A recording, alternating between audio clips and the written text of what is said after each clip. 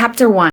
The taste of copper flooded my mouth as consciousness dragged me back from the void, each breath feeling like shattered glass scraping against my lungs. Rain hammered down on the cracked asphalt around me, mixing my blood with oil stains and street debris, creating a crimson river that disappeared into the storm drains like my life was slipping away with it. I tried to move, God, I tried, but my left leg bent at an angle that made my stomach lurch. The headlights that had slammed into me were long gone, leaving nothing but the echo of squealing tires and the metallic crunch that would haunt whatever time I had left. My phone lay 3 feet away, its screen spider-webbed and dark, as useless as I was. The storm above matched the chaos inside my chest. Thunder rolled across the sky like an angry god, and lightning split the darkness in jagged wounds that reminded me too much of the pain tearing through my ribs. Each flash illuminated the empty road stretching in both directions. No cars, no help, just me and the realization that I was going to die alone on some forgotten stretch of highway. But something was wrong. Something beyond the obvious wrongness of my broken body and the growing pool of blood beneath me. There was a heat building in my chest. Different from the fire of pain, it pulsed with each labored heartbeat, spreading outward like molten gold through my veins. I'd felt it before, always when I was afraid, always when I was desperate, but never this strong, never this alive. The rain began to steam where it hit my skin. No, I whispered through chattering teeth, the weather from cold or terror, I couldn't tell. Not now, please, not now. Because the last time this heat had taken over, I'd burned down half my apartment building. The time before that, I'd nearly killed my college roommate when she tried to wake me from a nightmare. That's why I lived alone now, why I worked night shifts at the diner, why I avoided crowds and kept my distance from everyone who tried to get close. The heat was getting stronger.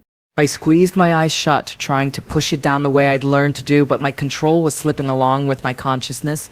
Whatever lived inside me, this thing I couldn't name, couldn't understand, it was trying to save me, and saving me meant setting the world on fire. The first spark jumped from my fingertips, hissing as it met the rain.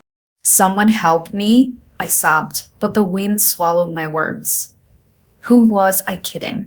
Even if someone found me, what then? Call an ambulance. Load me into a metal box while this inferno built inside my chest. I'd cook everyone alive before we made it to the hospital. Another spark, then another. The asphalt beneath my palm began to crack and bubble. But so when I heard it, the sound of paws hitting wet pavement, moving fast, too fast. Whatever was coming toward me wasn't human. And right now, with my body broken and my control shattered, I wasn't entirely human either. Through the sheets of rain, I saw eyes reflecting the lightning. Golden. Wild. Predatory. A wolf. But not just any wolf. This creature was massive, easily twice the size of any natural wolf I'd ever seen in nature documentaries. Its fur was so dark it seemed to absorb the light around it, and when it moved, there was an intelligence in its gait that made my skin crawl with recognition. It wasn't just watching me, it knew me. The wolf circled closer, those golden eyes never leaving my face, and I felt something inside my chest respond to its presence. The heat that had been building toward explosion suddenly shifted, like two magnets finding their pull, like a lock recognizing its key. Stay back. I managed to croak, though we both knew I was in no position to make threats. Blood loss was making my vision blur, and the supernatural fire in my veins was the only thing keeping me conscious. I can't control it. I'll hurt you.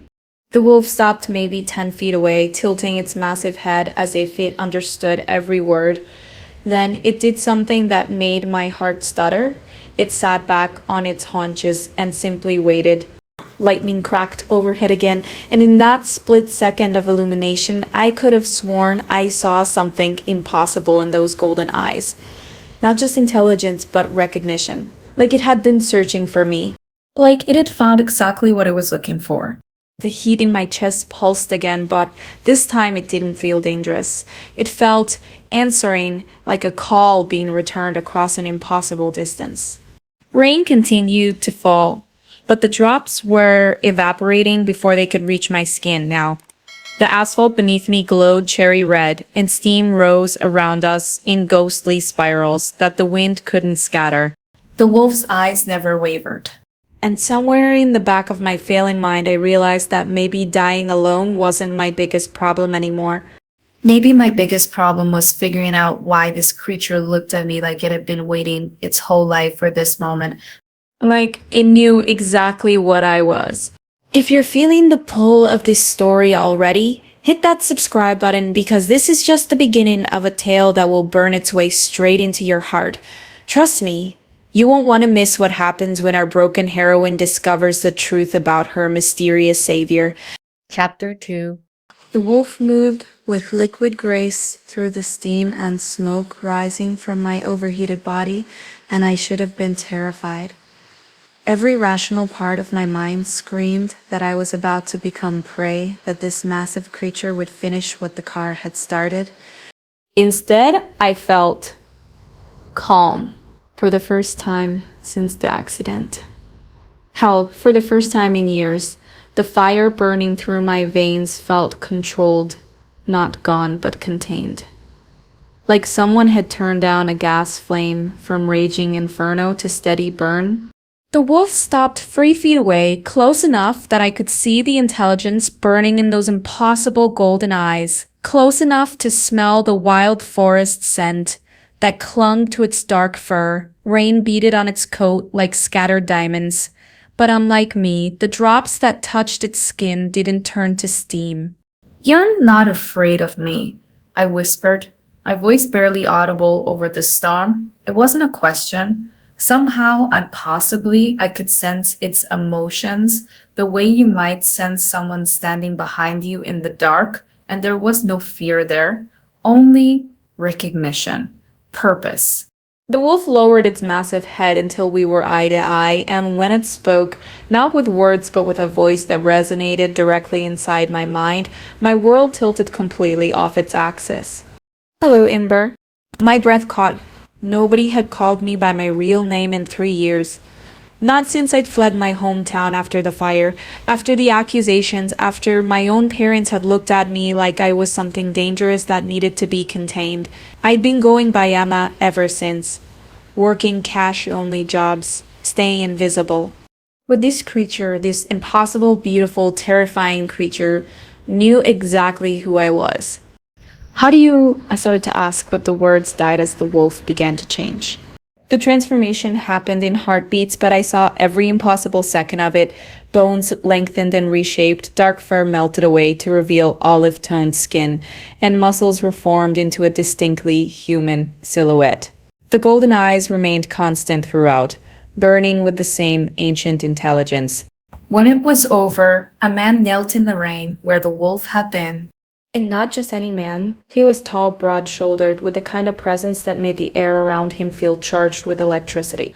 Dark hair fell across his forehead in wet strands, and his face was all sharp angles and devastating beauty, the kind of face that belonged on magazine covers or in museums. But it was his eyes that held me captive. Those same impossible golden eyes that had watched me with such knowing intensity. He was completely naked and he didn't seem to care. "My name's Kieran," he said, his voice a low rumble that seemed to vibrate through my chest. "Kieran Blackthorn, and I've been looking for you for a very long time." I tried to sit up, gasped at the pain shooting through my ribs, and settled for glaring at him from my sprawled position on the superheated asphalt. I coughed, tasting blood. "That's really not the weird part of this situation." A smile ghosted across his lips, not humor, but something darker. Something that looked like relief mixed with regret. "No, I suppose it isn't." He stood in one fluid motion, seemingly unbothered by the storm or his nakedness, and began walking toward me. Each step was deliberate, predatory, and I felt that strange calm in my chest waver slightly, because now that he was human-shaped, I could see the scars. They covered his chest and arms in intricate patterns, not random wounds, but something that looked almost ritualistic, like brands. Don't, I warned, holding up one hand. Sparks jumped between my fingers and the rain hissed where it met my skin. I told you I can't control it. I'll hurt you. He stopped just outside the circle of superheated air surrounding my body, and when he spoke, his voice carried an authority that made something deep inside my chest want to submit. No, you won't. You don't understand, I insisted, panic rising as the heat in my veins responded to his proximity. I've hurt people before. I've killed 3 people, he said quietly, cutting me off. A burglar who broke into your apartment when you were 19, your abusive ex-boyfriend when you were 21, and a man who tried to assault you in a parking garage 6 months ago. The world went silent except for the pounding of rain and my own thundering heartbeat. Even the thunder seemed to pause, waiting for my response. How could you possibly know that? I breathed. His golden eyes softened just slightly. Because I've been watching over you since the first one, making sure the authorities never connected the dots, making sure you stayed safe. The implications of that statement hit me like another car. You've been stalking me. Protecting you, he corrected. And there was steel in his voice now. Do you think it was a coincidence that you were never caught? That the security cameras always malfunctioned at just the right moments? That witnesses always seemed to develop convenient memory gaps? I stared at him, my mind reeling all those years of paranoia, of looking over my shoulder, of expecting police to show up at my door, and someone had been covering for me the entire time. Why? The word came out as barely a whisper. He knelt again, just at the edge of where the air shimmered with heat around me, and his expression became almost tender.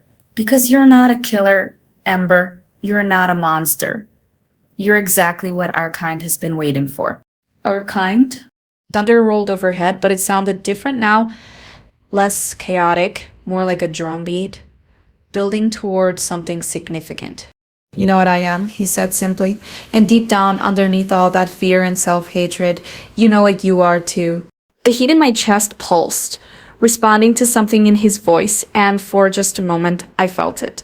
The shape of something vast and powerful sleeping inside me, something with wings and claws and fire for blood, something that recognized the predator kneeling just beyond my reach. The dragon bloodline died out centuries ago, I whispered, voicing the impossible truth I'd never dared to speak aloud. His smile was sharp as a blade now, all teeth and promise. No, little dragon, it just went into hiding. Lightning split the sky above us, illuminating his face in stark relief, and I saw something there that made my broken heart stutter. Not just recognition or even desire, though both of those burned in those golden depths.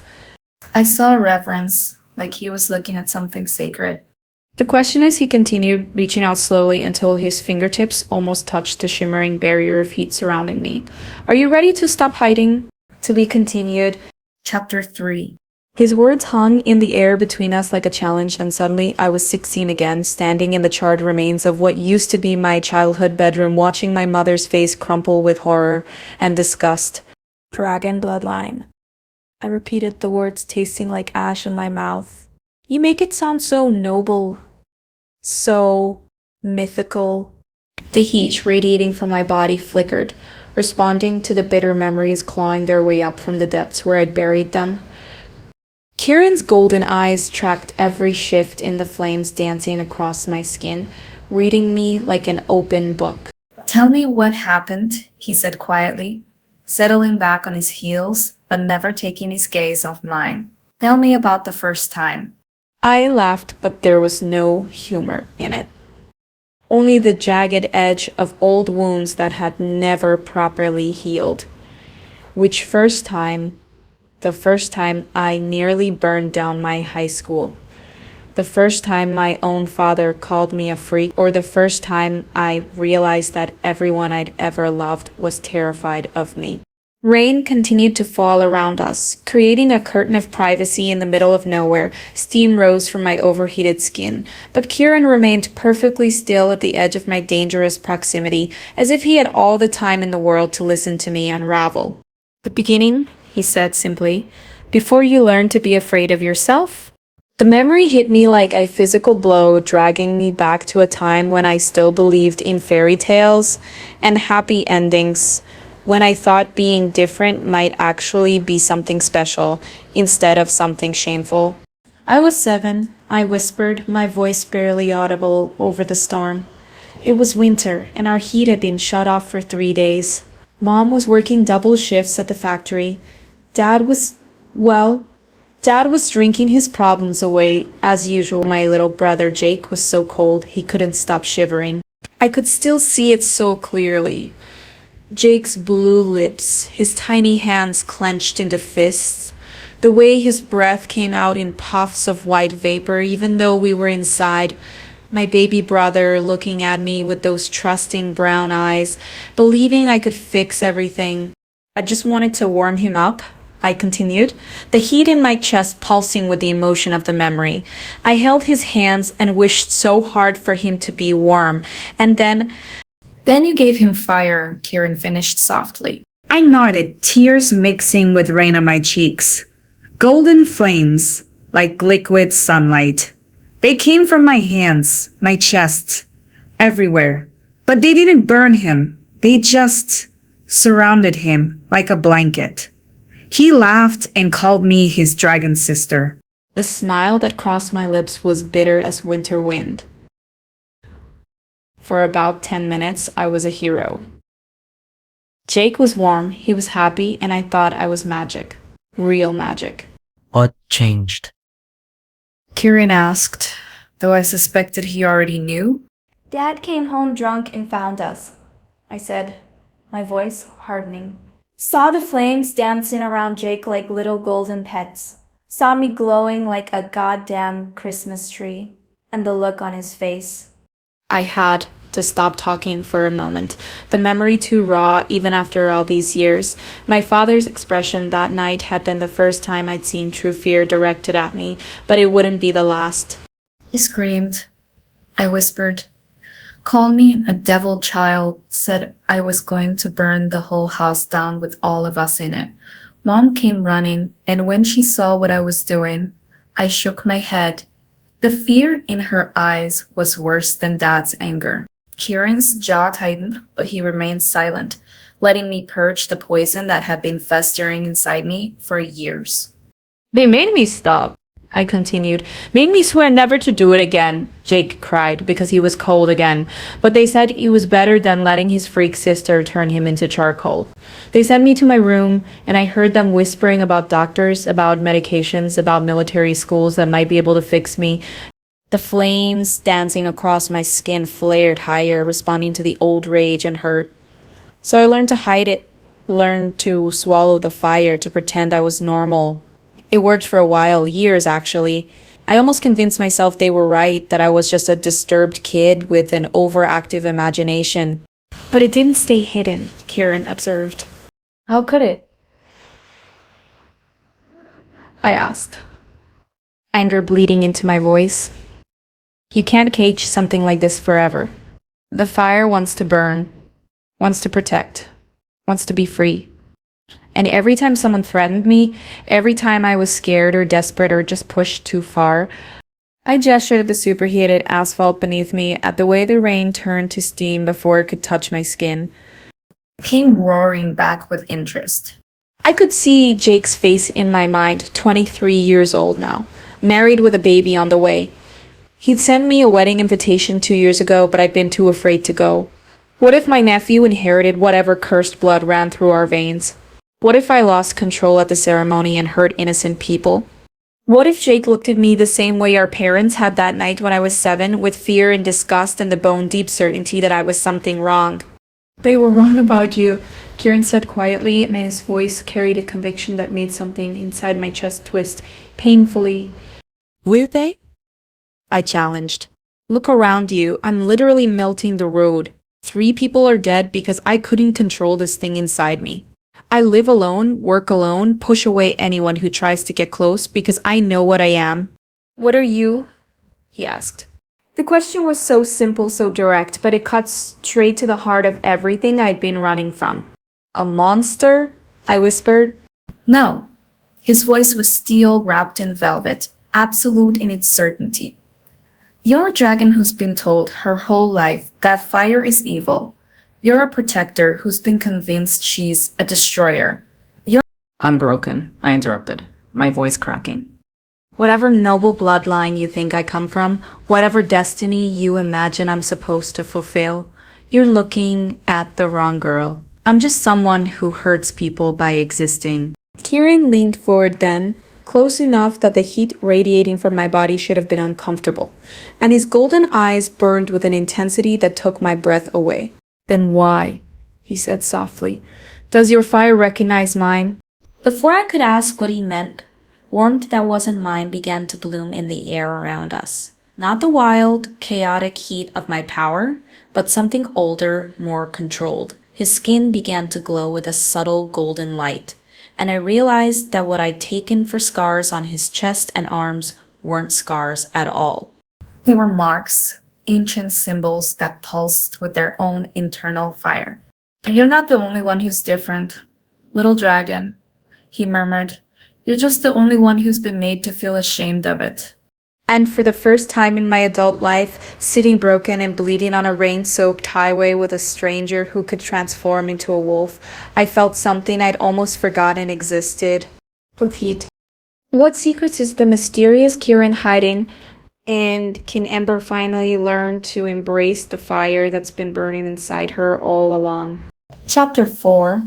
We need to get you somewhere safe, Kieran said, rising to his feet with that fluid grace that marked him as something other than human.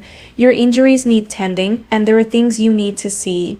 I wanted to argue, to insist that nowhere was safe when I was involved, but the blood loss was making my vision swim, and my protest died in my throat.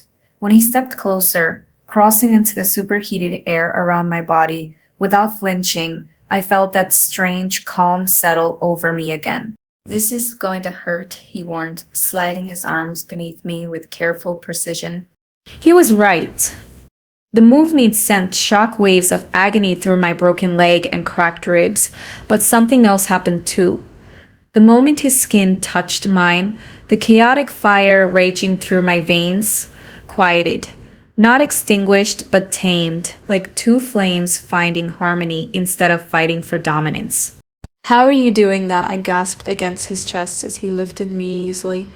Later, he murmured, and began walking with me, cradled against him like I weighed nothing. First, we need to reach the sanctuary.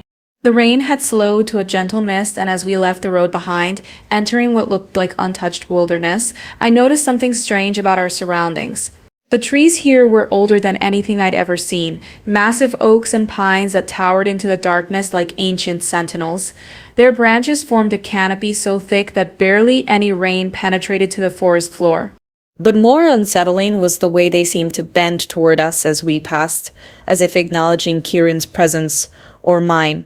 This place, I whispered, feeling something deep in my chest respond to the primordial energy radiating from the forest itself. The Whispering Grove, Kieran said softly, one of the few places left where the old magic still runs strong, where the barriers between worlds are thin enough for truth to bleed through. We walked for what felt like hours, but was probably only minutes, following paths that seemed to appear beneath Kieran's feet and disappear behind us. The deeper we went, the more I could feel something vast and ancient watching our approach, not hostile, but evaluating. Finally, we emerged into a circular clearing where the canopy opened to reveal the storm clouds rolling overhead, but it was what stood in the center of the clearing that stole my breath completely. A stone altar rose from the earth like it had grown there, its surface carved with symbols that seemed to writhe and dance in the dim light. The stone itself was unlike anything I'd ever seen, not gray or brown, but a deep, lustrous black shot through with veins of gold that pulsed with their own inner light. Dragonstone. I knew what it was without understanding how I knew, the same way I'd always known that fire lived in my blood. The altar called to something primal inside me, something that had been sleeping for far too long. Kieran, I breathed, what is this place? And set me down gently at the base of the altar, supporting me so I could lean back against the warm stone. The moment my spine touched the carved surface, The golden veins flared brighter, and I felt a jolt of recognition that made my heart race. This is where it began, he said, settling beside me with his back against the altar as well. 3,000 years ago, when the first dragons walked among humans as protectors instead of myths, the stone was warm against my back, and I could swear I felt a pulse running through it, slow and steady like a massive heartbeat. Dragons weren't real 3,000 years ago. Kirian's laugh was soft but held an edge of sadness. Dragons were the first real thing. Little one? Before humans learned to fear magic, before they decided that power was something to be conquered instead of revered, dragons were the guardians of the sacred fires, the keepers of balance between worlds. As he spoke, the symbols carved into the altar began to glow more brightly, and I could make out shapes that looked almost familiar. A woman with flames dancing around her outstretched hands. A great dragon coiled around a tree that might have been the world tree from Norse mythology. Warriors with fire in their eyes standing against creatures of shadow and ice. What happened to them? I asked. Though part of me already knew the answer would break my heart. What happens to all magical things when humans grow afraid? He said quietly.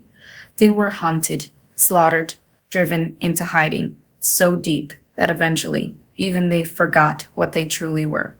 The stone pulsed again, and suddenly I was seeing things that couldn't be real. Visions flickering across the surface of the altar like ghostly movies. A great city of crystal and flame, dragons soaring through skies, painted with aurora, humans and dragons working together to heal wounds in the very fabric of reality. The last known dragon died over 1,000 years ago, Kieran continued. But his voice seemed to be coming from very far away now. Or so we thought, until reports started filtering in from around the world. Unexplained fires that didn't burn, children born with golden eyes in temperatures that ran impossibly high. Women who could call flame to their hands when threatened. The visions were coming faster now, overwhelming my senses. I saw a woman who looked like me standing at this very altar, her hands pressed to the stone as golden fire erupted from the earth around her. I saw armies of shadow creatures retreating before walls of dragon flame. I saw The Emberborn, I whispered, the words fallen from my lips without conscious thought. Kira went very still beside me. What did you say? The Emberborn, I repeated, and now I could see it clearly in the stone's memory. She who carries the first fire, the one who will wake the sleeping flames and call the dragons home. The symbols on the altar were blazing now, so bright I should have been blinded, but instead of hurting my eyes, the light seemed to sink into my skin, warming me from the inside out, and in that warmth, I felt something vast and ancient stirring to life. The prophecy, Kieran breathed, and there was something like awe in his voice. You're remembering the prophecy? I turned to look at him, and in his golden eyes, I saw the same recognition I felt burning in my own chest. You knew when you found me on that road. You already knew what I was. I hoped, he admitted. The signs were all there. The way fire bends to your will, the way you instinctively use it to protect instead of destroy, the fact that you've survived this long despite having no training. But this, he gestured at the blazing altar, at the way the very air around us seemed to shimmer with awakened power. This confirms it. Confirms what? I asked, though I was afraid I already knew. He reached out and took my hand, and where our skin touched, golden flames danced without burning either of us. That you're the one we've been waiting for, he said softly. The last daughter of the dragon bloodline. The one prophesied to restore the balance between worlds. Thunder rolled overhead, but it sounded different now. Not chaotic and threatening, but rhythmic. Like a great drum calling warriors to battle. Kirian? I whispered, fear and wonder warring in my chest. What exactly am I supposed to restore balance between? His expression grew grim, and in the distance I could swear I heard something howling that didn't sound like any earthly wolf. Light and shadow, he said quietly. Life and death, The world you know. He paused, his grip on my hand tightening, and the realm of nightmares that's been trying to break through for the last 1,000 years. The altar pulsed one final time, and in that pulse, I felt the weight of destiny settling around my shoulders like a cloak made of starfire. Whether I wanted it or not, I was no longer just Amber the waitress, Amber the runaway, Amber the girl who'd spent her whole life hiding from her own power. I was something far more dangerous. I was hope. The ancient prophecy has awakened. But with destiny comes danger. What dark forces have been waiting for the Emberborn to reveal herself? Someone out there scrolling right now, feeling broken and dangerous just like Ember did. They need this story, but they'll never find it if you don't hit that like button. Don't let them stay lost. Like and subscribe. Be the reason someone discovers they're not a monster, just powerful. Chapter 5. The howling came closer, and it brought friends. I felt them before I saw them, a wrongness creeping through the sacred grove like oil spreading through clear water. The ancient trees that had bent toward us in reverence now shuddered and drew back, their leaves rustling with what sounded disturbingly like whispers. Kieran, I said, my voice tight with a fear I didn't fully understand. What is that? He was already moving, rising to his feet with predatory grace, every line of his body radiating dangerous tension. Shadow touched, he growled, and the sound was more wolf than human. They found us. The golden light from the altar flickered like a candle in wind, and I realized with growing horror that the darkness creeping toward us wasn't natural. It moved with purpose, reaching out with tendrils that seemed to swallow light itself. found us how? I demanded, struggling to stand despite my injuries. This place is supposed to be protected.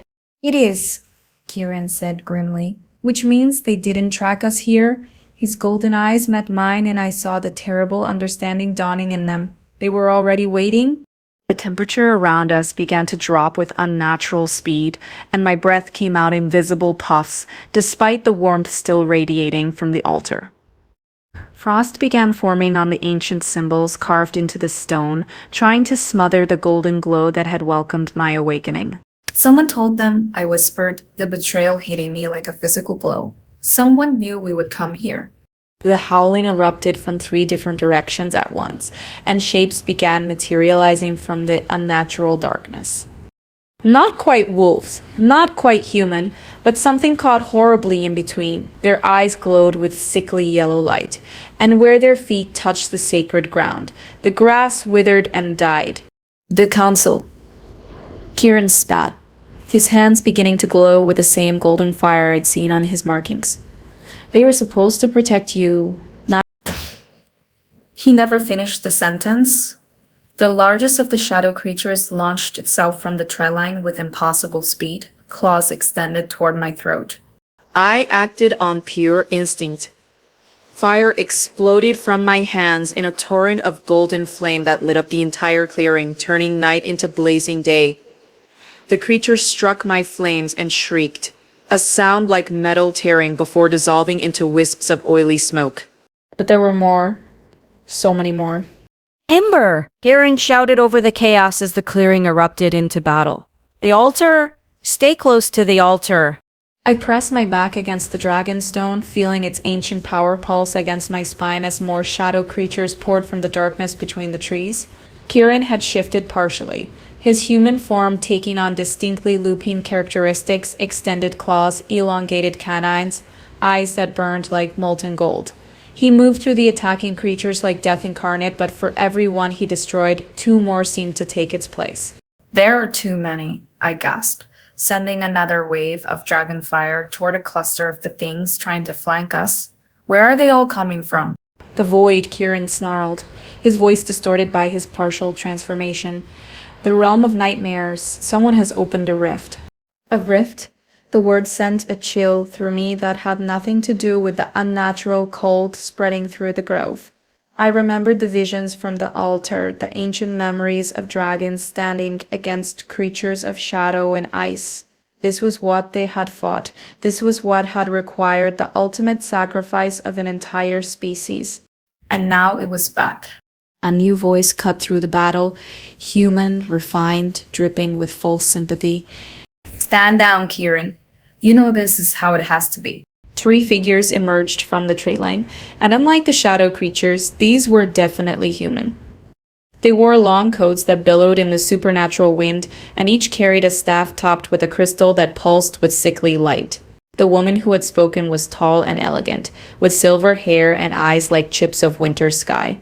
Counselor Thorn, Kieran growled, placing himself more firmly between them and me. I should have known you'd betray your own oaths. The woman. Thorn smiled with the kind of cold beauty that belonged on marble statues.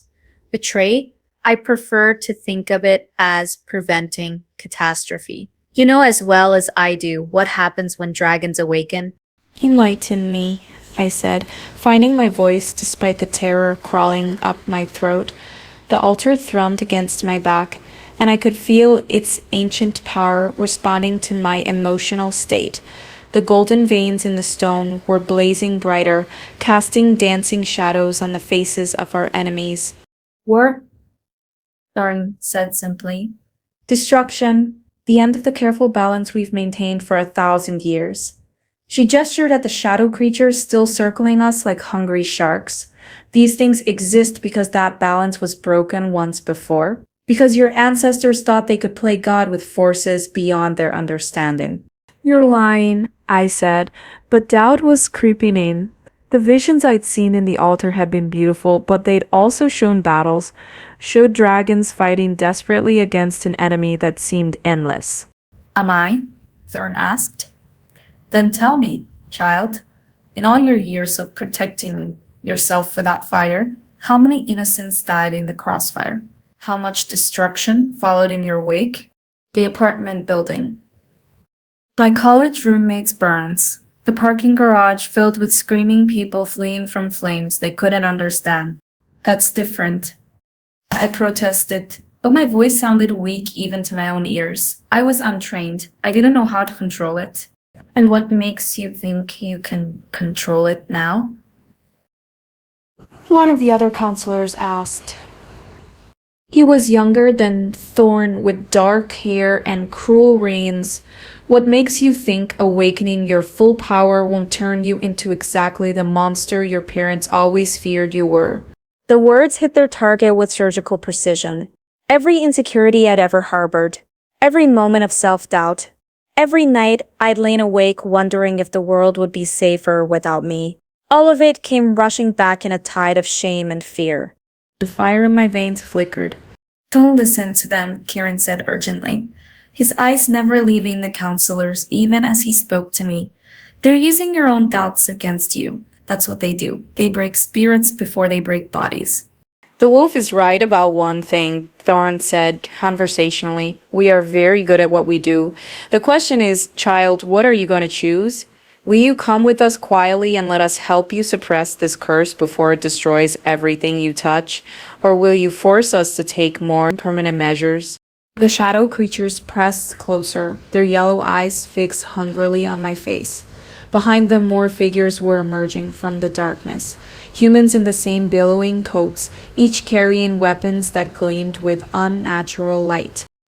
The entire council, I whispered, the scope of the betrayal finally hitting me. You all agreed to this. Not all, Kieran said grimly. But enough. The altar pulsed against my back one more time, and in that pulse I felt something I hadn't expected. Anger. Not the wild, chaotic rage I'd known all my life, but something older, cleaner, the righteous fury of every dragon who had died protecting a world that feared them. The wrath of guardians betrayed by those they'd sworn to serve. You want to know what I choose? I asked, straightening despite my injuries. Fire began dancing around my hands again, but this time it felt different. Controlled, purposeful. The golden veins in the altar blazed so bright they turned the night into day. I chose to stop hiding. What erupted from me then wasn't the desperate, defensive flames of a frightened girl. It was dragon fire in its purest form, not just heat and light, but life itself. The shadow creatures shrieked and dissolved like mist, Before dawn, the frost covering the sacred symbols melted instantly, and the ancient carvings blazed with renewed power. But most importantly, the rift the counselors had opened to bring their creatures through, that here in reality itself began to seal under the weight of pure creation pressing against it. Impossible, Thorn breathed, taking an involuntary step backward. You're untrained, you shouldn't be able to. I'm learning, I said quietly, and my voice carried harmonics that made the trees themselves seem to listen. Fast. The battle was far from over, but something fundamental had shifted. The shadow creatures were retreating, and several of the counselors looked uncertain for the first time. Kieran moved to stand beside me, his partially transformed state making him look like some primal god of war. Last chance, Thorn, he growled. Call off your pets and walk away. The counselor's winter-pale eyes narrowed. This isn't over, Wolf. She's too dangerous to be left free. If we can't contain her. She didn't finish the thread, but she didn't need to. As the council and their remaining creatures melted back into the darkness, I felt the weight of my choice settling around me like armor made of starlight. I had chosen to stop hiding. But that meant everyone who feared dragons, everyone who preferred the safety of suppression to the risk of freedom would be coming for me. The war Thorn had warned me about. It was already here. The battle lines had been drawn, but this was only the first skirmish. Can Ember and Kieran survive what comes next? When the full power of the council turns against them? Chapter 6. The silence that followed the council's retreat felt heavier than the battle itself. My legs finally gave out, and I slumped against the altar, the dragon stones still warm against my spine, but my own fire guttering like a candle in the wind. The display of power had taken everything I had, and now I was left shaking with exhaustion and the crushing weight of what had just happened. They'll be back, I whispered, staring at the scorched earth, where the shadow creatures had dissolved, with more people, more weapons. Kieran was beside me in an instant, his partial transformation melting away to reveal his human form. Concern darkened his golden eyes as he knelt in front of me, his hands hovering just inches from my face like he wanted to touch but wasn't sure he should. Not tonight, he said softly. The council needs time to regroup, to figure out how you sealed their rift so easily. We have hours, maybe until dawn. Hours? I repeated with a bitter laugh. To do what? Plan our funerals? Instead of answering, he stood and began gathering fallen branches from around the clearing. Within minutes, he had a small fire crackling a few feet from the altar, normal fire, orange and red and blessedly ordinary. The mundane warmth of it was oddly comforting after the supernatural cold that had invaded our sanctuary. "What are you doing?" I asked. "Taking care of you," he said simply, settling cross-legged beside the fire. "When did you last eat? Sleep?" "You've been running on adrenaline and magic for hours, but your body is still human, still broken, still needs rest." As if summoned by his words, exhaustion crashed over me like a wave. My broken leg throbbed, my ribs ached with every breath, and I realized I couldn't remember the last time I'd had a full meal. The diner where I worked only allowed staff one free meal per shift, and most days that was all I could afford.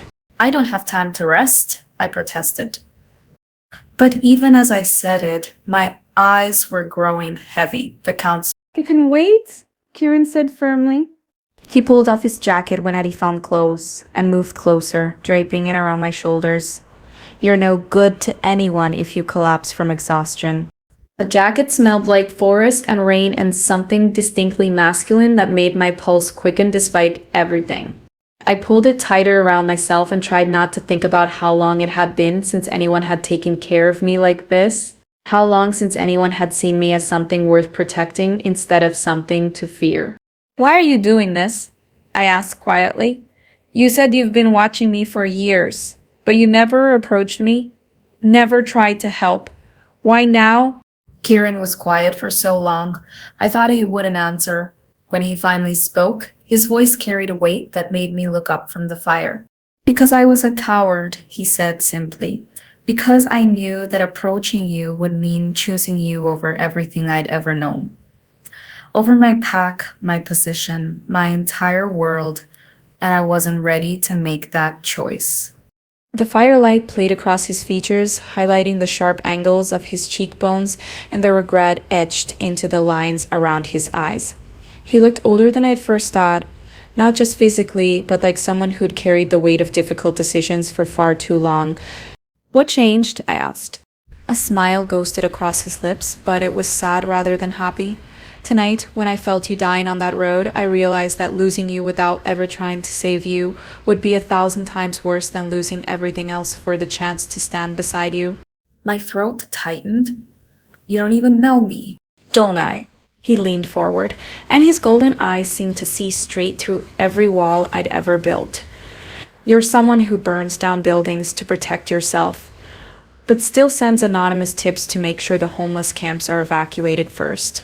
Someone who works the night shift at a dive diner because it means you can slip extra food to the hungry kids who come in after school. Someone who spent your entire life convinced you're a monster, but you've never once used your power for anything but protection." Pain rose in my cheeks. Not fire, just embarrassment. You really were stalking me. "Protecting you," he corrected, "and falling in love with your heart long before I ever saw your face." The words hung between us, like a bridge. I was afraid to cross. This beautiful, dangerous man, who could transform into a wolf, who commanded ancient magic and faced down shadow creatures without flinching. He was in love with me, with a waitress who lived in a studio apartment, and jumped at her own shadow.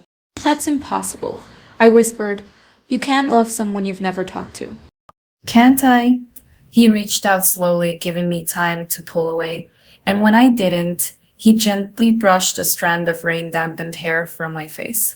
I've watched you choose kindness over safety every single day for 3 years. I've seen you cry over news stories about children you'll never meet. I've watched you give your last $20 to a pregnant woman whose car broke down, then walk 5 miles home in the rain because you couldn't afford bus fare.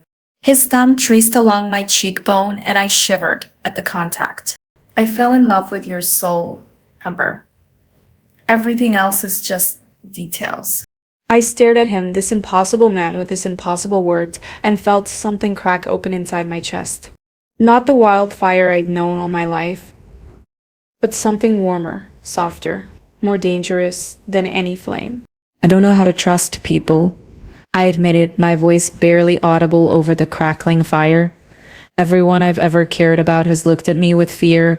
Eventually, my parents, my brother, my few friends from college, they all realized what I was and decided I was too dangerous to love." I'm not them, Tyrion said quietly. How do I know that? The question came out more desperate than I'd intended. How do I know you won't change your mind when you see what I'm really capable of?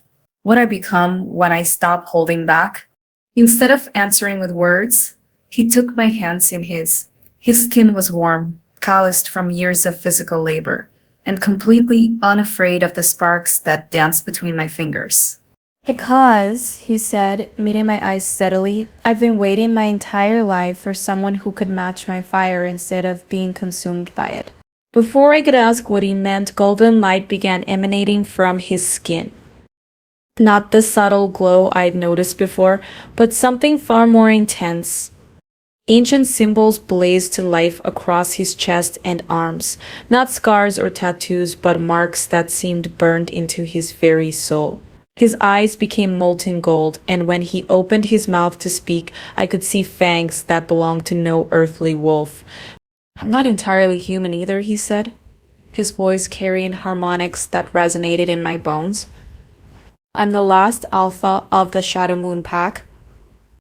My bloodline traces back to the first wolves who swore themselves to dragon service 3,000 years ago.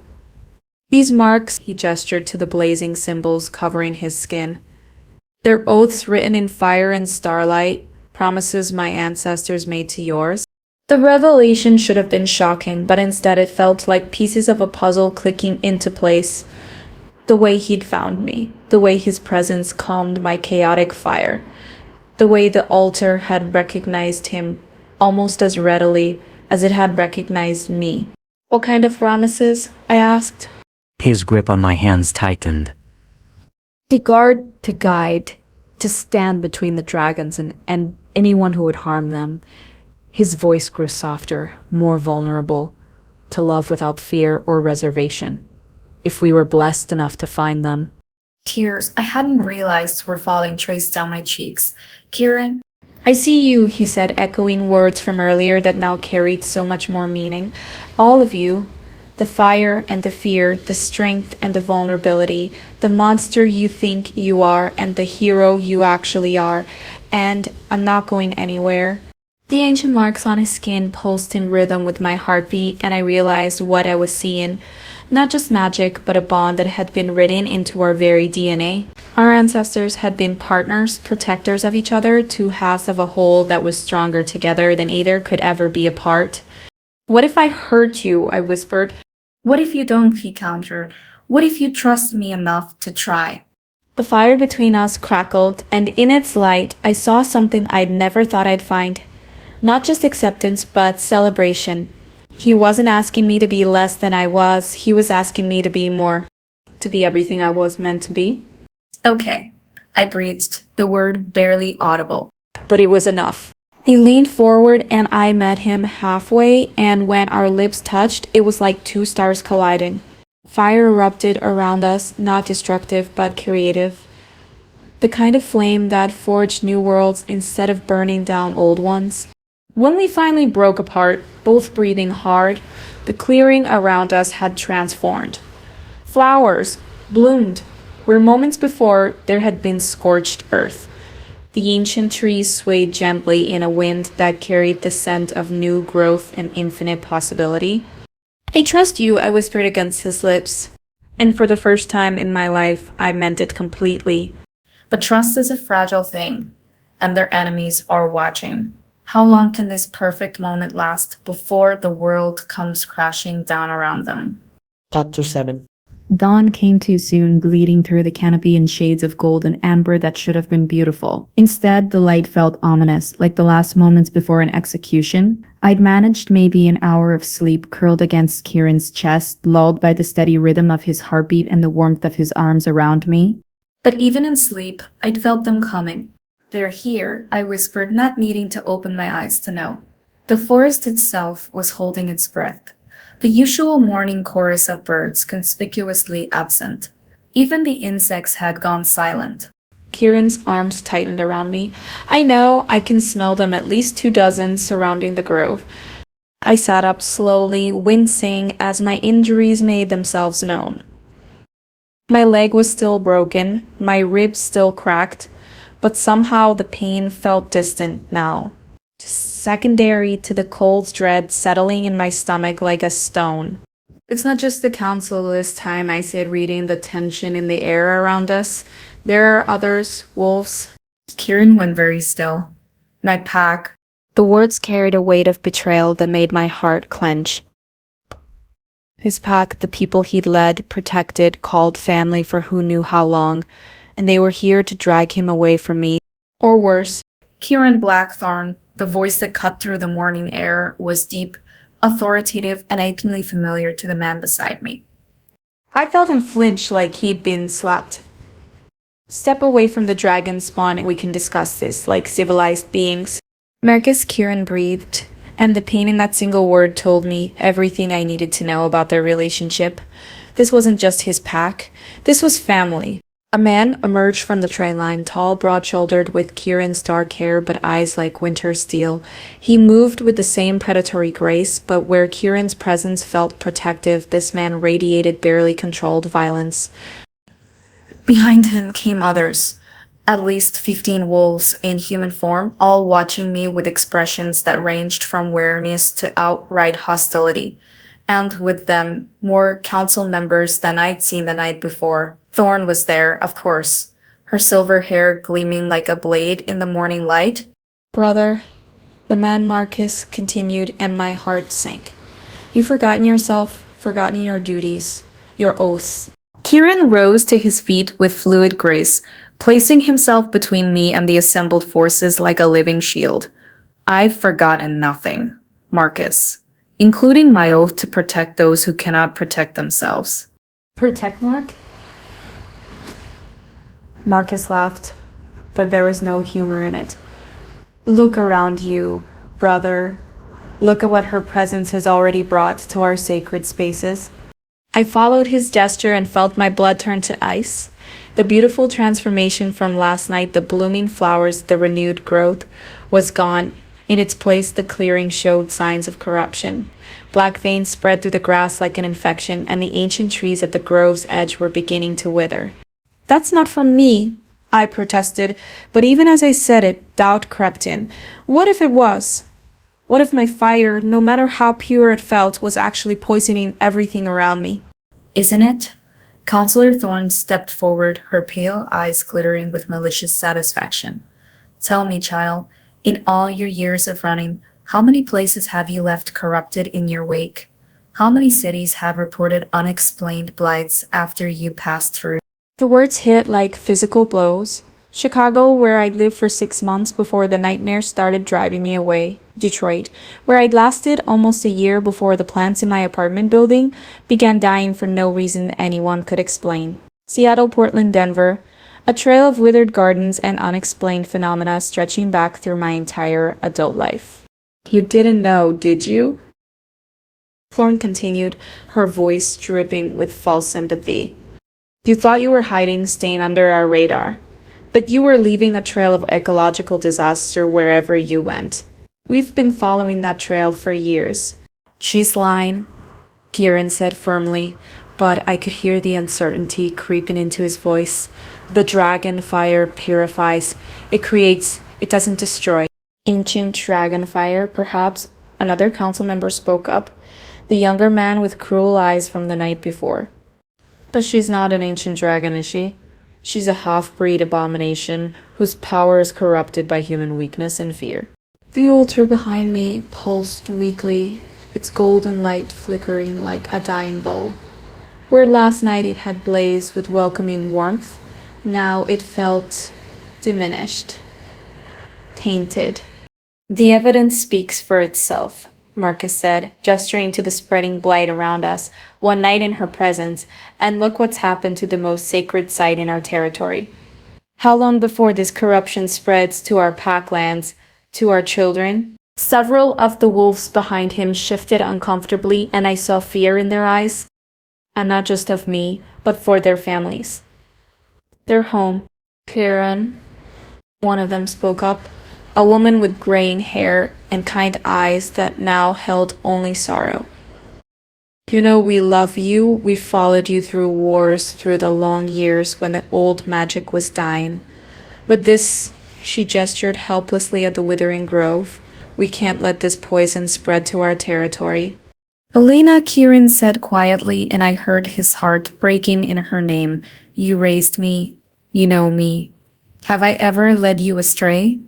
No, she admitted, but you've never been compromised by a mate bond before. Never had your judgment clouded by... Her eyes flicked to me with something that might have been pity. By whatever she's done to you. She hasn't done anything to me, Kieran growled, his partial transformation beginning to show. The bond is natural, sacred, our ancestors. Our ancestors, Marcus interrupted coldly, made their oaths to dragons, not to this thing that wears their face, while poisoning everything she touches. The words cut deeper than any physical wound ever could, because looking around at the spreading corruption, at the fear in the wolf's eyes, at the way even the altar seemed to be rejecting my presence now, Maybe they were right. maybe I was exactly the monster everyone had always said I was.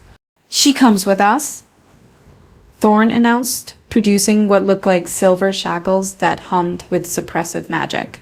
Quietly, and we'll make this quick. Her power will be bound, her memories of this life erased, and she'll be relocated somewhere she can't hurt anyone else. And if she doesn't come quietly? Kieran asked, his voice deadly soft. Thorne's smile was sharp as a blade. Then we'll have to consider more permanent solutions. The threat hung in the air between us, and I felt something inside my chest begin to fracture. Not my power, that was still burning steady, but something more fundamental, my hope. My faith that maybe, just maybe, I could be something other than what I'd always believed I was. No, I said, quietly rising to my feet despite my injuries. I'll go with you. Ember, Kieran started, but I cut him off. Look around, I whispered, gesturing at the corruption spreading through what had been sacred ground. Look at what I've done to this place, to your pack's holy site. That's not. Yes, it is, I said firmly, and felt tears burning behind my eyes. It always is. Everywhere I go, everything I touch, I poison it. I destroy it. I looked at him, memorizing his face one last time. I'm destroying you too. The shackles in Thorn's hands grew brighter, their magic reaching out toward me like hungry fingers. But before they could make contact, Kieran moved. Not away from me, between me and them. No, he said, his voice carrying the absolute authority of an alpha. She stays with me.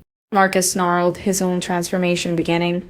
Then you've chosen exile. You're no longer welcome in Packlands, brother. No longer family. Then so be it, Kieran replied without hesitation. And that's when I realized the most devastating truth of all. He would give up everything for me. His pack, his family, his entire world. He would lose it all to stand beside me. Just like the prophecy had always demanded. Just like every dragon guardian before him. The corruption spread faster now, feeding on my despair, and I understood with crystal clarity what I had to do. I won't let you destroy yourself for me, I whispered, stepping back from his protective stance. I won't be the reason you lose everything that matters. Ember, no. But I was already moving. Calling fire not to defend myself, but to create a barrier between us. Golden flames erupted in a wall of light and heat, separating me from Kieran, from his pack, from everyone. I'm sorry, I called out over the roar of my own power. For all of it, for the corruption, for the danger, for making you choose. The last thing I saw before I turned and ran was Kieran launching himself at the wall of flame, willing to burn himself to reach me. The last thing I heard was him screaming my name. And in that sound, I heard the death of everything beautiful we might have been. The heart-shattering betrayal is complete, but who is the real enemy here? Was Ember made the biggest mistake of her life by running from the one person who truly sees her? I see you there, heart-shattered, right along with Ember's. You felt every word of that betrayal like a knife to your own chest, didn't you? That's because the story isn't just entertainment, it's medicine for souls who've been told they're too much, too dangerous, too different. Your heart is shattered right along with Ember's, I know, because this story is medicine for souls who've been called too much. But thousands of people who need this healing will never find it if you keep scrolling without subscribing. Don't let others suffer alone when one click could guide them home. Subscribe now. Chapter 8. I ran through the forest like a woman possessed, branches tearing at my clothes and my broken legs, screaming with every step. But physical pain was nothing compared to the agony in my chest, the feeling of my heart being carved out with a rusty blade while I was still breathing. Behind me, I could hear chaos erupting in the grove. Kieran's roar of rage, the sound of battle, angry voices shouting orders. I'd left him to fight alone. Abandoned him to face his own family's rejection because I was too much of a coward to stand and fight beside him. Just like I've been running my whole life. I stumbled into a clearing and collapsed beside a stream, my reflection wavering in the dark water. The face looking back at me was a stranger's wild hair, golden eyes blazing with unshed tears, skin that seemed to glow with inner fire. This was what I truly was. That the mousy waitress who kept her head down and her power locked away. A monster. A destroyer. A walking catastrophe who poisoned everything she touched. Is that really what you think? The voice came from everywhere and nowhere, resonating not in my ears but in my bones. Ancient, feminine, tinctured with an authority that made the very air around me bow in reverence. I spun around, but the clearing was empty. You cannot see me because you refuse to see yourself, the voice continued, and now I realized it was coming from within me, from the fire that had lived in my chest all these years, the flame I'd spent my life trying to smother. Child of my line, daughter of dragons, you have believed their lies for too long. What lies? I whispered, my voice cracking. I saw the corruption. I saw the fear in their eyes. Everything I touched turns to poison. Laughter, like silver bells, rang through my mind. You saw what they wanted you to see? Fear made manifest, doubt given form. The corruption was not yours, little flame. It was theirs. The water in the stream began to glow with soft golden light, and suddenly I wasn't looking at my reflection anymore. I was seeing visions, truth carved from light and memory. The grove as it truly was after a kiss. Not corrupted, but more alive than it had been in centuries. Flowers blooming in possible colors, ancient trees standing straighter, the very stones of the altar singing with renewed power. Then came the council, arriving before dawn with artifacts that pulsed with sickly light. Weapons designed not to kill but to corrupt, to twist perception, to make beauty appear as blight, to turn healing into poison. I have grown skilled at this deception over the centuries, the voice continued. I'm making dragons believe they are monsters so they will accept chains willingly. My hands clenched into fists, sparks dancing between my fingers. You mean you have never corrupted anything in your life, daughter? Every withered garden, every inexplicable blight, all of it was their work. They followed you, waited for you to settle somewhere, then poisoned the land around you to make you believe you were the cause.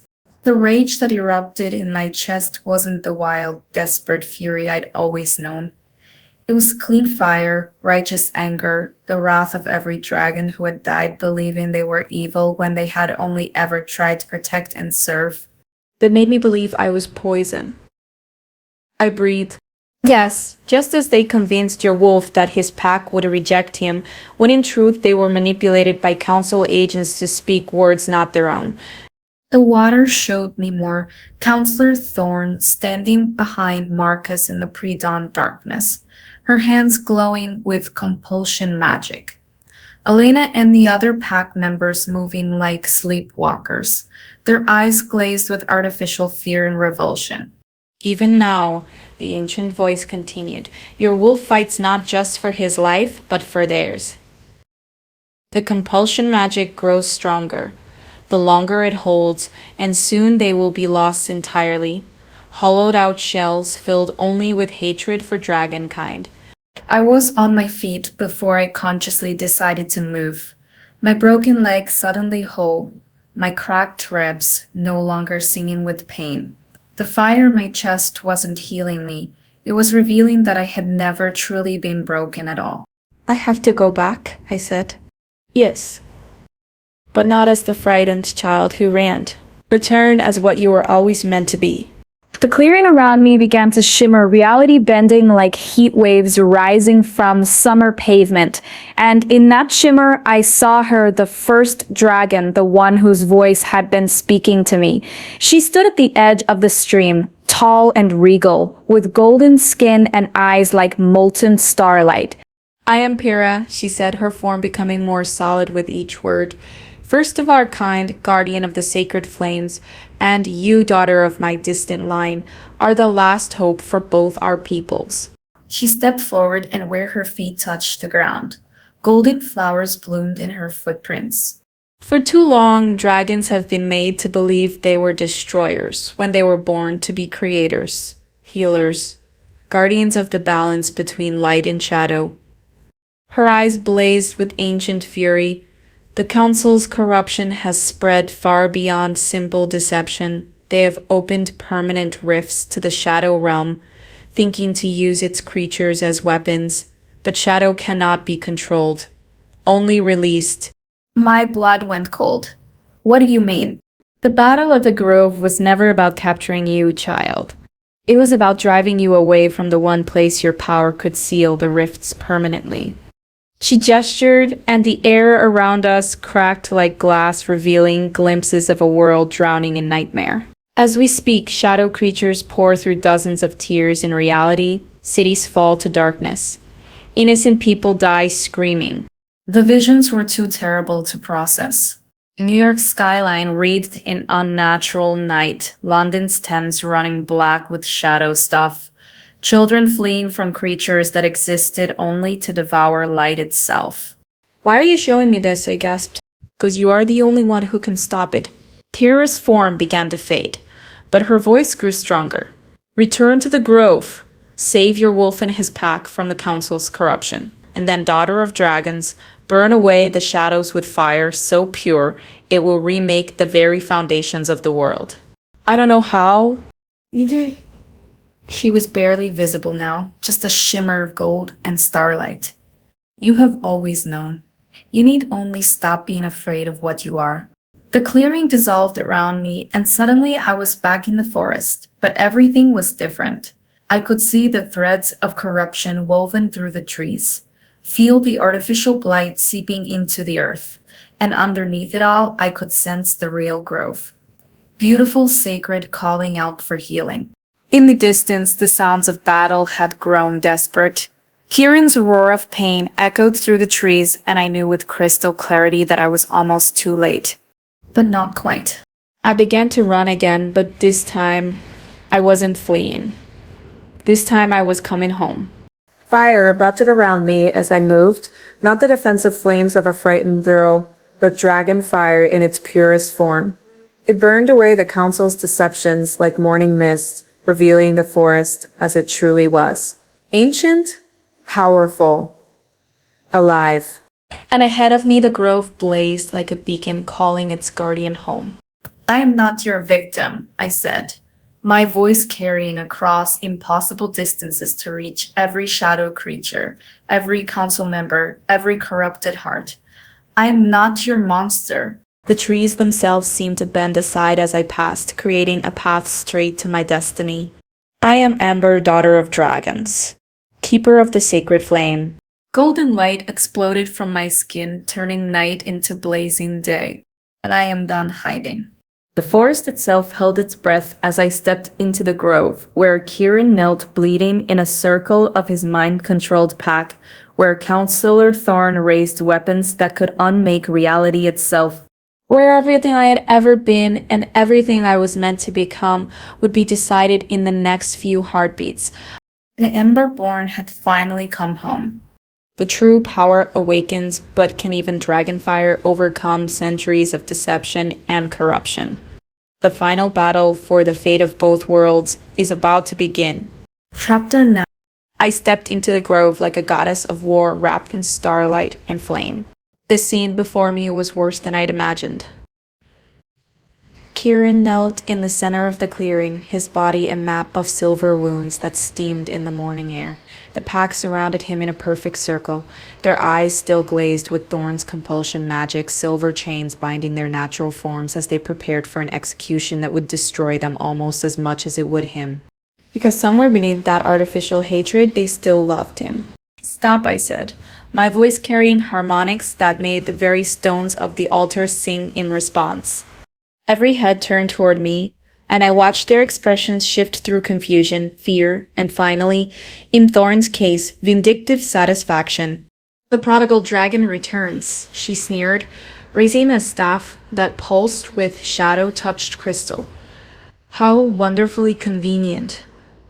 Now we can end both threats at once. The only threat here? I said calmly, walking deeper into the clearing as golden flames danced around my feet. Is you. The fire I carried now wasn't wild or desperate. It moved with purpose, reaching out to touch the artificial corruption that coated everything like oil, burning it away to reveal the truth underneath. Where my flames passed, the withered grass bloomed green again. The dying trees straightened, their leaves rustling with renewed life. Marcus snarled, his human form wavering as he fought against the compulsion magic. She's doing it again. Poisoning our sacred ground. But Elena, sweet Elena, who had raised Kieran like her own son, took a step back, her glazed eyes clearing just slightly as she saw the life returning to their holy site. That's not poison, she whispered, her voice full of wonder. No, I agreed, letting my power wash over her more gently, burning away Thorn's influence like morning sun dissolving frost. It never was. One by one, the pack members began to shake off the compulsion as my fire revealed the truth of what they were seeing. The clearing wasn't dying, it was more alive than it had been in centuries. The altar blazed with joy at my presence, its golden veins singing an ancient welcome song. Impossible, Thorn hissed, raising her staff higher. The corruption is real. We've tracked it across continents, documented every blight, every lie you've told. I turned to face her fully, and in my eyes she saw not the frightened girl who had fled hours ago, but something far older and infinitely more dangerous. Every deception you've crafted, every innocent life you've destroyed to maintain your stranglehold on power. The truth of it blazed between us like a challenge, and I could see understanding dawn in the eyes of every person present. The council hadn't been protecting humanity from dangerous dragons. They'd been protecting their own authority from beings who could expose their corruption. You want to know what I really am? I asked, raising my hands as golden fire began to pour from my skin like liquid sunlight. I'm everything you've spent centuries trying to destroy. I'm the balance you've worked so hard to break. I'm the light that reveals shadows for what they truly are. The flames erupted skyward in a column of pure creation that could be seen for miles, and in that light, every deception crumbled. The shadow creatures lurking at the edge of the grove dissolved like mist. The artificial blight coating the sacred spaces burned away completely, and the rifts, those tears in reality that the council had opened to fuel their war, began to seal themselves as pure dragon fire poured into the wounds they'd carved in the world. Kieran's silver chains melted away like they were made of ice, instead of blessed metal. He rose to his feet with liquid grace, his wounds closing as my fire washed over him. And when he looked at me, I saw everything I'd ever dreamed of seeing in someone's eyes. Love without fear, acceptance without reservation, pride without surprise. Hello, little dragon, he said softly, and his voice carried all the warmth of a hearth fire on the coldest night. Hello, my wolf, I replied, and felt my heart piece itself back together. But Thorn wasn't finished. With a scream of rage that belonged more to a banshee than a human woman, she raised her staff and called upon power that reeked of the shadow realm, dark magic that should have been impossible for any living being to channel. If I can't bind you, she shrieked, then I'll destroy everything you care about. Darkness erupted from her crystal, but not the creeping, insidious shadow I'd expected. This was something far worse. Entropy itself. The force that unraveled creation at its most fundamental level, where it touched reality simply ceased. The grass didn't wither. It stopped existing. Trees didn't die. They were retroactively never born. And it was spreading toward Kieran, toward his pack, toward everyone I just fought so hard to save. Time seemed to slow as I made a choice that felt inevitable as gravity. I stepped between them and oblivion, spreading my arms wide, letting my fire pour out in every direction as I became not just a guardian, but a living shield against the end of all things. The entropy struck my flames and stopped, not defeated, not deflected, but held, balanced. Because that's what dragons had always been, the force that stood between creation and destruction, holding the line so that life could flourish. But holding back entropy required everything I had. Everything I ever could be. Ember! Kieran's voice seemed to come from very far away, though I knew he was only steps behind me. It's okay, I called back, my voice growing fainter as more of myself went into maintaining the barrier. This is what I was made for. This is why the bloodline survived. To stand between light and shadow. To burn bright enough that others could live. Don't you dare, he snarled, and I could feel him fighting to reach me, held back only by the knowledge that touching me now might disrupt the balance and doom us all. Don't you dare sacrifice yourself after everything we've been through. I smiled, even though I wasn't sure he could see it anymore. I'm not sacrificing myself, my love. I'm becoming what I was always meant to be. The golden flames around me grew brighter, more intense, and I felt myself beginning to transcend the limitations of flesh and bone. This was what Para had meant. This was what the prophecy had always foretold. Not destruction, but transformation. Not an ending, but a beginning. Besides, I said, my voice now carried on currents of fire that would reach him no matter what happened to my physical form. Someone has to guard the door. Someone has to make sure the shadows never find their way back. The entropy pushed harder against my flames, and I pushed back with interest, feeling my power expand beyond anything I'd ever imagined possible. Will you remember me? I asked.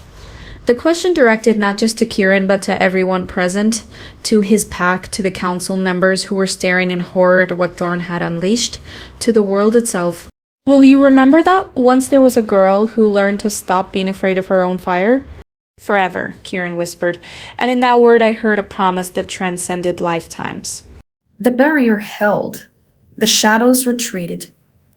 And somewhere between one heartbeat and the next, I felt myself become something larger than I'd ever dreamed possible. The last thing I saw was Kieran's face, etched with the determination that told me this wasn't goodbye. It was just the end of the beginning. Would you have chosen her path? Would you have been brave enough to stand between light and shadow, knowing the cost? This is what it means to love without limits, to protect without conditions, to burn so bright that others can see their way home.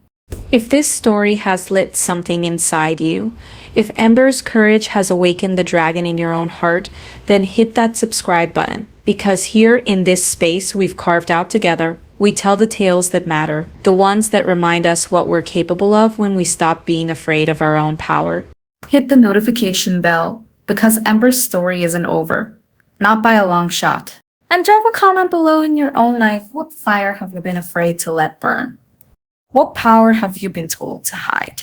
Because sometimes the thing the world calls dangerous is actually the thing the world needs most. Welcome to the flame, beautiful souls. Welcome to the place where dragons dare to rise. Next time on our channel, the aftermath of sacrifice, the price of transcendence, and the question that will haunt Kieran until the very end. Can love truly conquer death? Or is some magic too powerful for even dragon fire to contain? Stay with us. The fire's just getting started. Chapter 10. 3 days passed in the grove before anyone dared to speak above a whisper. The barrier of golden fire still blazed where Ember had made her stand, a column of light that reached from earth to sky and pulsed with the rhythm of a living heart. It was beautiful and terrible and absolutely impenetrable. Not even Kieran could get close without feeling his skin begin to char from the sheer intensity of her power. She was in there, somewhere. He could sense her presence like a song just beyond the range of hearing, like warmth felt through winter glass, but she wasn't accessible. Not in any way that mattered to those who loved her.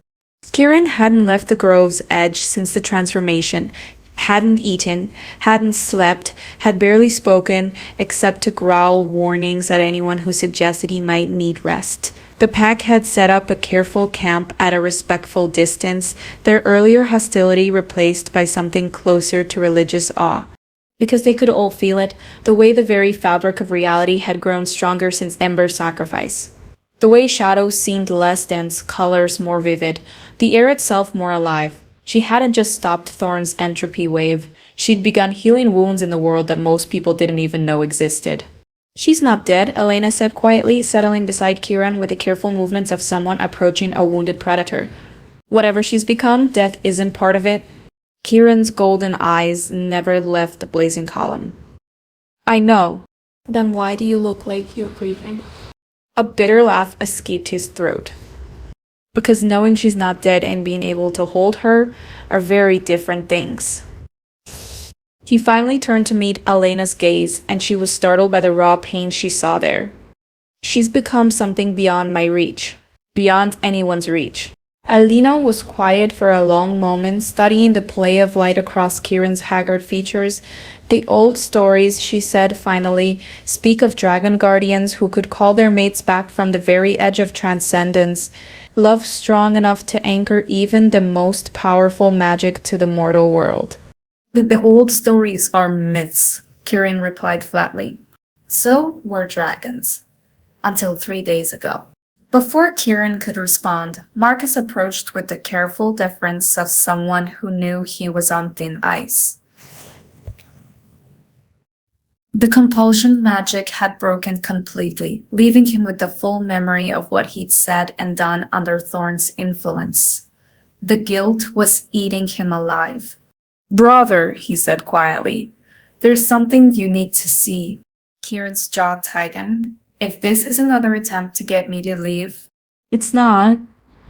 Marcus gestured toward the far edge of the grove, where several pack members stood watching something in the distance. We have visitors. Following Marcus's gaze, Kirin saw figures emerging from the forest. Not council members this time. These newcomers moved with a fluid grace that spoke of supernatural heritage, but their scents carried no taint of corruption or shadow magic. There were perhaps a dozen of them, led by a woman whose silver hair caught the morning light like spun moonbeams.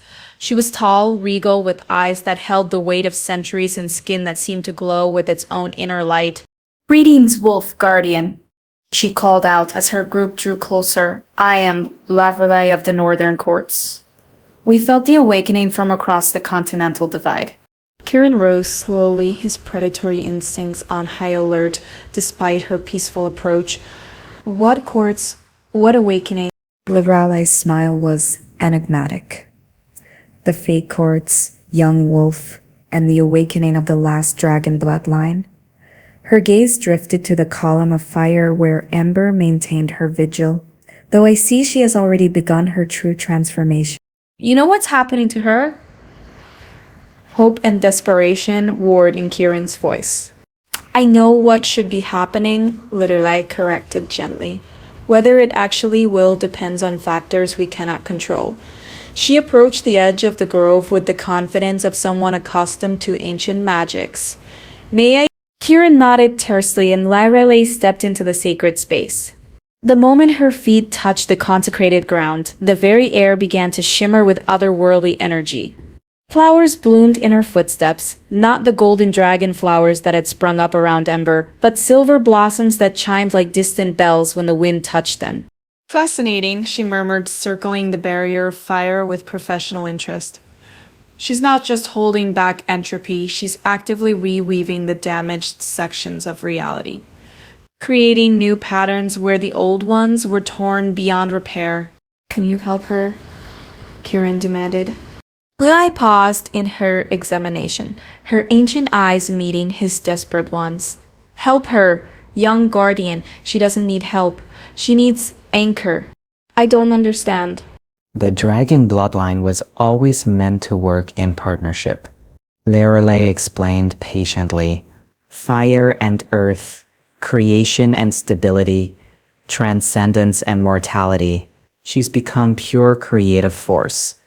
But without something to ground her, she gestured at the blazing column. She'll burn herself out completely, become nothing but light and memory. Kirin's heart clenched. How long? Days. Perhaps hours. Laverley's expression grew grave. The barrier she's maintaining requires constant power. She's burning her own essence as fuel, and even dragon fire has limits. Then tell me what to do, Kirin said fiercely. Tell me how to anchor her. Lee was quiet for a long moment, her gaze moving between the barrier and the desperate wolf guardian. When she finally spoke, her words carried the weight of prophecy. The old magic speaks of 3 trials for those who would call a transcended dragon back to mortal form. Fire, shadow, and truth. Each more dangerous than the last. I'll face them. You don't understand the cost. I don't care about the cost, Kirin interrupted, his voice carrying absolute conviction. Name your trials. Lara studied him for a heartbeat longer, then nodded slowly. Very well, but know this, Wolf Guardian. These trials will strip away everything you think you are. They will show you truths about yourself, about her, about the nature of love itself that may destroy you, even if you succeed. And if I fail?